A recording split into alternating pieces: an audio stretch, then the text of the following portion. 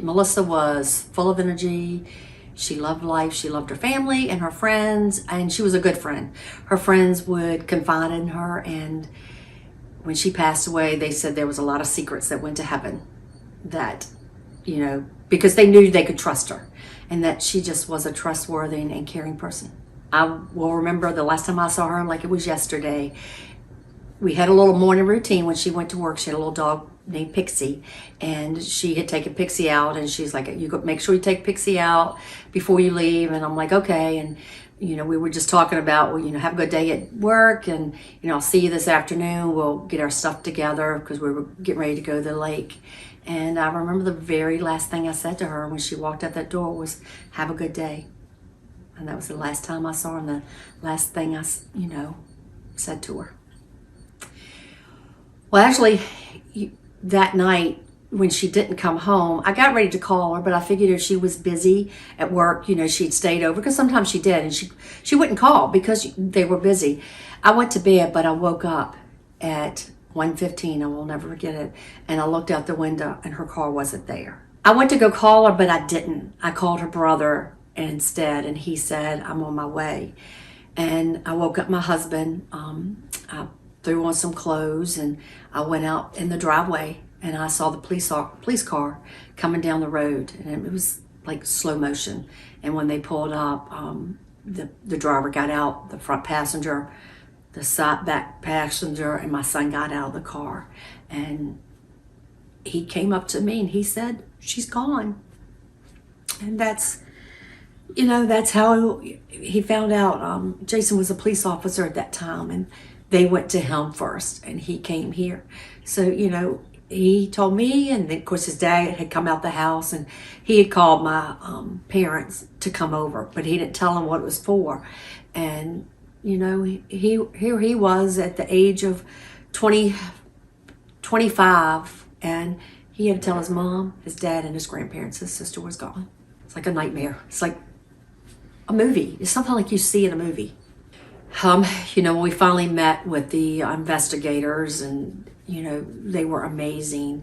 And, he had his alcohol blood level was double. He had marijuana in his system. He had cocaine in his system, and he was going between 80 and 85 in a 35-mile-per-hour zone. And he hit her directly in her door of her car, the driver's door, and it broke the door off the hinges, and it broke the seat off of his hinges and ejected her from the car. Well, thank goodness he pleaded guilty. We did have an advocate assigned to us, and so I went to court the first time. My husband wouldn't go, and Jason wouldn't go. I don't know if they just didn't know how they would react seeing him. And I can remember being in that courtroom, and it was the advocate, myself, and there was another gentleman in there, and then this guy that killed her and his attorney, and they would not look at me. And you know how when you stare at somebody, I just looked at him and I stared at them till they made them turn around, made them look at me to say, I am a person. Look what you have done to our life and what you have done. And then the day of the trial, since he pleaded guilty, we didn't have to go to court for like a trial. We just went for the sentencing, and we had people. One of her best friends read a letter. Her nurse manager read a letter. Her cousin read a letter.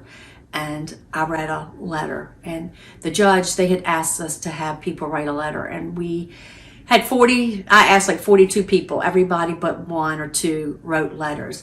And you could tell that the judge, because afterwards some of the people that wrote letters, they came up to me and they said, what she mentioned is what I had written in my letter, which made you, they cared, and they did that. Everybody wore purple. They had to move us to a bigger courtroom, and because it was just an array of purple. I don't know. I just remember sitting there, just looking at the people that came, the lives that he has destroyed. Because not only when you cause a crash like this, does it affect the family, it's friends, and it's the community. It's the people that cared about her. It's just not, just not me, her, and her dad. It's a lot of people. So when you make that one wrong decision, you destroy your life and tons of other people. I hate hate holidays.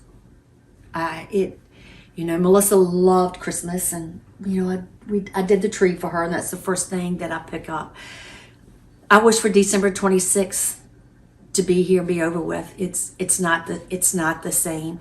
You go through the motions, and it starts with Halloween. She loved Halloween, so I decorate for Halloween and fall, and I do Christmas, and I do it for her memory, because I can hear her saying, you need to do this for you and for Dad, and for, she has a nephew, and she has a niece now. She had another niece that passed.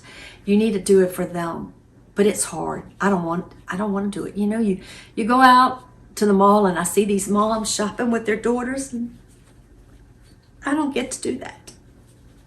I don't get to go shopping with her, or I don't know, go see lights, and just, I'm making this wreath now, and I see where moms and the daughters go do that, and I don't get to do that.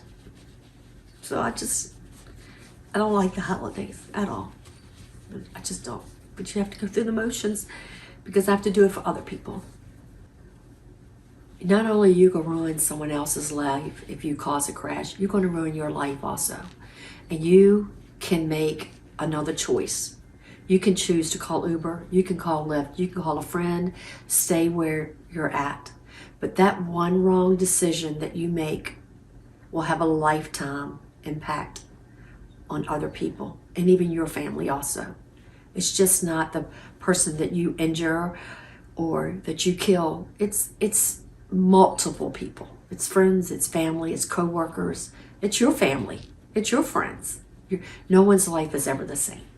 So please stop and think about one decision that could cause a ripple effect on thousands of people. First of all, you should be 21 before you go out drinking. Talk to your parents. If you do go out, call them. Don't get behind that wheel. Stay where you're at, because whatever career you choose, your wrong decision that night could affect that, and you may not get your lifelong dream to do what you want, because if you have a felony over your head, hanging over your head, people look at that, and you may not get hired for that. Hadn't you kill your best friend? How are you've got to live with that for the rest of your life.